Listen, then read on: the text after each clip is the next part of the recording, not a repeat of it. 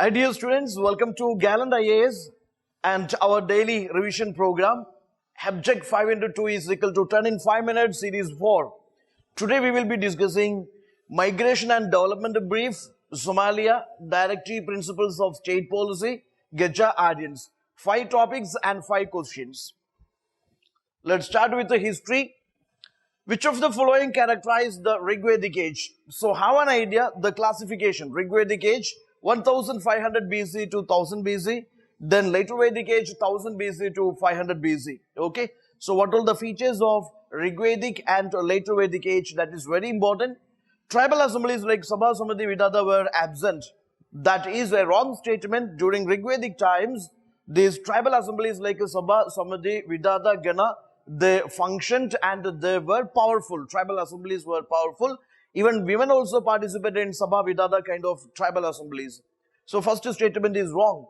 The chief social unit of Aryans was known as Jana. During early Vedic age or Rigvedic age, the chief social unit of Aryans was obviously that was called Jana.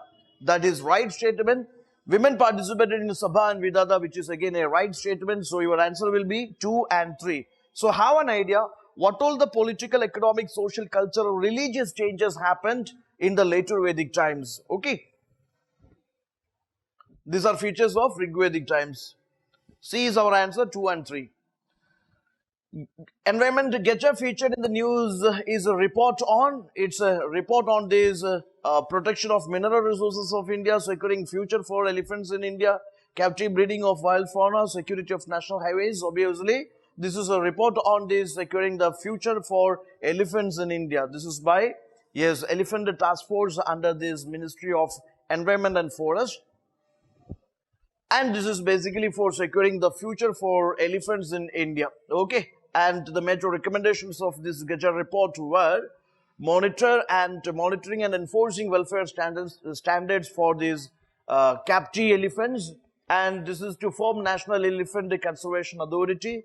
This is to start regional Geja centers, and this is to declare elephant a national heritage animal. So Geja report, it is by this Elephant Task Force under the Ministry of this Environment and Forest. Okay, and this Geja report is for securing future for the elephant in India.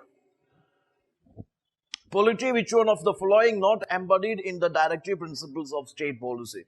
So you should know the difference between fundamental duties, fundamental rights, and these directive principles of the state policy. Okay, so directive principles of state policy, that is intended to create a socio-economic democracy through welfare state. Okay, so directive principles of state policy. The question is, which one of the following is not embodied in the directive principles of state policy? Directive principles of state policy, we have seen that was in the news. Now, maternity relief, promote the spirit of common brotherhood, protection of monuments, promotion of international peace. Definitely, yes, you should go for the detailed understanding of these topics. In this session, we are not discussing them in detail. Our strategy is to cover minimum 5 questions from UPSC point of view in 5 minutes or maybe in shortest time. So here, directive principles of state policy, that is aimed to create a socio-economic democracy, that is through welfare state, so that you take care. And this is to promote the which is not embodied in the directive principles of state policy as here. So promoting the spirit of common brotherhood, that is among the fundamental duties, rights we discussed in the previous HEPGEC series. Okay, the rest of them comes under directive principles of state policy. The Migration Development Brief report is periodically issued by the World Bank. This is by World Bank, and this object or this particular report by World Bank, it aimed at providing the providing the updates in the key developments in the areas of this what is called the migration and this remittance flow to the country. Okay, so this report by World Bank, okay, this is over every 6 months. This report by World Bank, this is aimed at providing an update in the key developments in the areas of migration and in these remittance flows to country. Okay, and reason the report to say is that India is one of the biggest recipient of this remittance to home. especially Kerala, flood disaster related issues. Yes, Indian diasporas outside India, they sent like a financial help to their home due to that Kerala flood disasters and all.